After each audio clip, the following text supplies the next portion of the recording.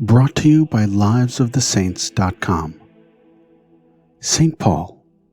Originally named Saul, St. Paul was born around 4 BC.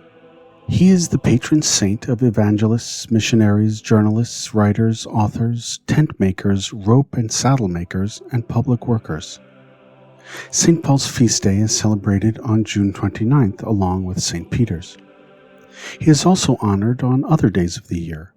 On January 25th, Christians all over the world honor his conversion. The priest wears the liturgical color white in celebration of this event.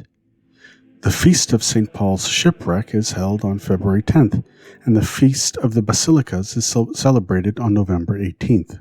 St. Paul was one of the most influential leaders in the first generation of Christians because of his teachings and epistles.